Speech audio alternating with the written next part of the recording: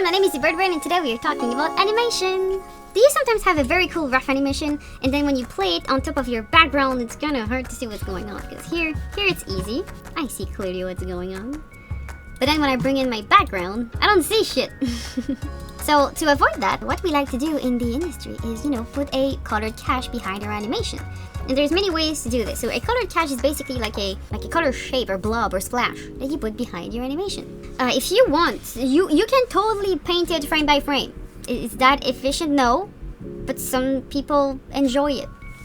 I don't. So what you can do is you have like two main choices. Either you do it with the brush using the autofill tool, or you use the generate automat tool. So these are the two things I'm going to show you today. So first, just to make it easier, I will go back to my display here. I have a display just for my errand drawing. Gonna go 4. And then, it's easier to focus with this. And then what you can do, if it's just for a key pose or just one drawing you want to see, the quickest thing is just, take the drawing, go on the underlay. I always prefer to go there because then I can just use my select tool, apply to all frame and get rid of everything that I don't need after. But, I go on my underlay, I take a brush, I take a color like a classical white color. And then I'm gonna go in my tool properties, and here you can find autofill. There's also draw behind if you want to do it on the same layer as you drew, but I don't recommend it that much. Autofill, then you can just draw the shape of your character. Here I'm being very, very approximative because it's a tutorial, I'm in a hurry. And did you know it's the second time I record this tutorial because OBS decided to shit in my hands. But it's fine. Okay, it's fine. I'm fine. Yeah, so you can do that. It's very good on a pinch, just to do a frame or two. But doing this for your whole animation, I don't recommend it. What you can do is click on your layer, or many of your layers. That doesn't matter, so I'm gonna do it on one layer first. You click on your layer, timeline, node view, X-sheet, it doesn't matter, just click it. And then you go to drawing, generate automat, and then you're gonna get this little window.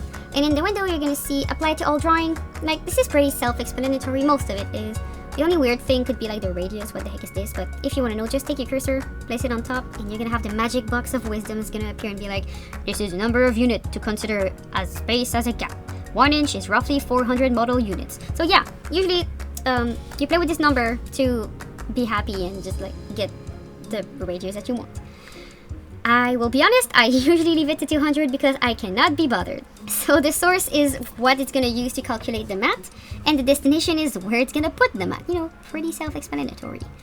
And then you have these two little options, either clear destinations at first, if you already had a mat, it would just delete it and put a new one. You wanna copy your strokes to your destination? Sure, why not? And then you press OK, and voila, you have a mat drawn that is even better than the one I drew for all of your frames.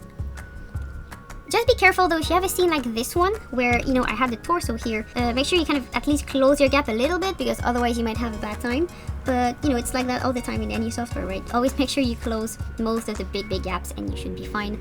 Like I said, you can do it on one layer, or you can also select multiple layers. Here I'm gonna click on my body, then Control, click on the gun, and maybe the eyes. Why not? And I'm gonna do the same drawing, generate automat, and press it, and I will have my mat for all my different layers. Amazing, yay! So I hope this was instructful for you, and I'll see you again next time. Bye bye!